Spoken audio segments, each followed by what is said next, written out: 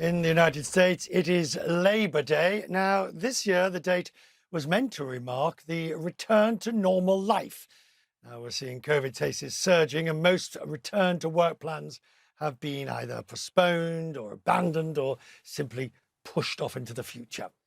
Many companies say it'll be next year before they'll have employees put back in, or they've put the plans on hold definitely. For instance, Google's parent Alphabet earmarked September the 1st for its return to work. That is now at least January. Amazon hoped for a return by Labor Day. Now it's eyeing 2022 for its reopening. And the asset manager BlackRock says its staff won't be back until at least October. Let's see if that holds. What a far cry from the CEOs who were saying just a few months ago, we want you back in the office. Listen to Morgan Stanley's CEO back in June. If you want to get paid New York rates, you work in New York. None of this, I'm in Colorado, I'm working in New York and getting paid like I'm sitting in New York City. Sorry, that doesn't work. So I would call it directionally very strong without dictating yet. But Labor Day, I'll be very disappointed if people haven't found their way into the office, and then we'll have a different kind of conversation. Remember, now here in London, employees are returning, perhaps in larger numbers. Tens of thousands of commuters have poured back into central London today.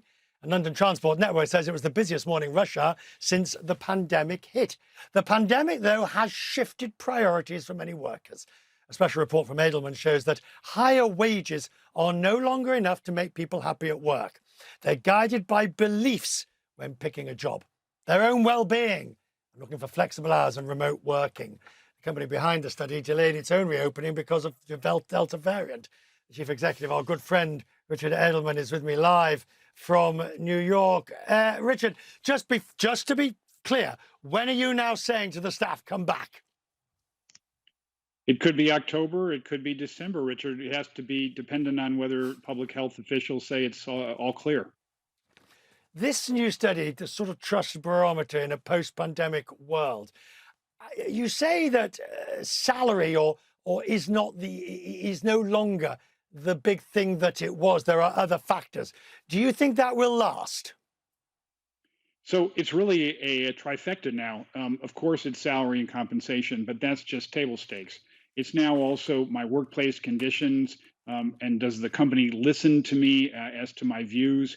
I'm a belief-driven employee now, and I actually want to work for a company that's doing good. We have a time right now where business is actually stepping into the void left by government, whether it's about vaccination or even about local policing. So it's a very important moment to understand that business is the most trusted institution, and my employer is the best place for me to get quality information. And yet bosses can squander that trust very easily, making promises during the pandemic of hybrid working, only to demand people back, whether through one way or another, promising one thing, delivering something different. So something like as many as 40% of Americans are thinking of changing jobs. And the number one reason is that I don't agree with the values of my company. It's not about the wages. It's actually, do they look at my personal health as their priority or not?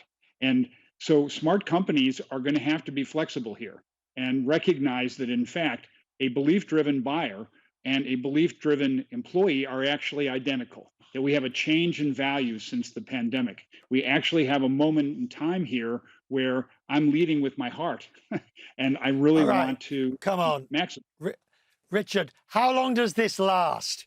It lasts until the first recession, when jobs are hard to come by and the whip hand is with employers, not like at the moment. So at the moment, you see rising wages, you see more demands by employees, but it's actually a deal, which is I will stand up for my company. I will be more loyal to the company if, in fact, I'm given that level of flexibility. And that's a thing that we have not done since the industrial age. We have to really think even about the assembly line. We can't have an 8-hour shift that starts at 7 a.m. and finishes at 3. And that you have to be there at the exact moment, because actually moms or dads want to drop their kids at school. And And we're going to have to figure out a level of flexibility not heretofore seen in business. So employees looking for their a value-based, a value-laden, if you will, work environment. So what does an employer do? Let's go. Let's grasp this nettle hard, if we may, Richard. Let's take, for example, freedom of choice, right to life, abortion, the issue which in the United States is about to become exceptionally controversial. What does an employer do about taking a value position on that? So there are specific issues on which business has to lead. So sustainability and on diversity, inclusion, also now on vaccination. That there's a general consensus that employees should be vaccinated. I think that abortion gets into the religious area.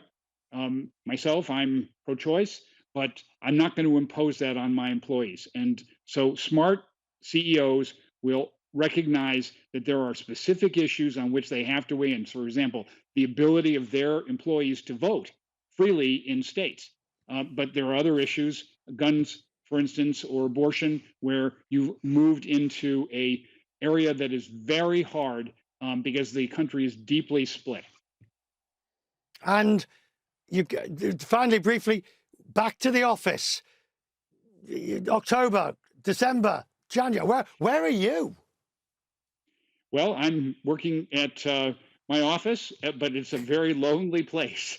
And I'm not expecting my colleagues to come back. They don't have to follow my example because I've specifically told them not to. I can walk to the office. And so they need to come back when they feel safe and when their kids are vaccinated and when this country has beaten the Delta variant.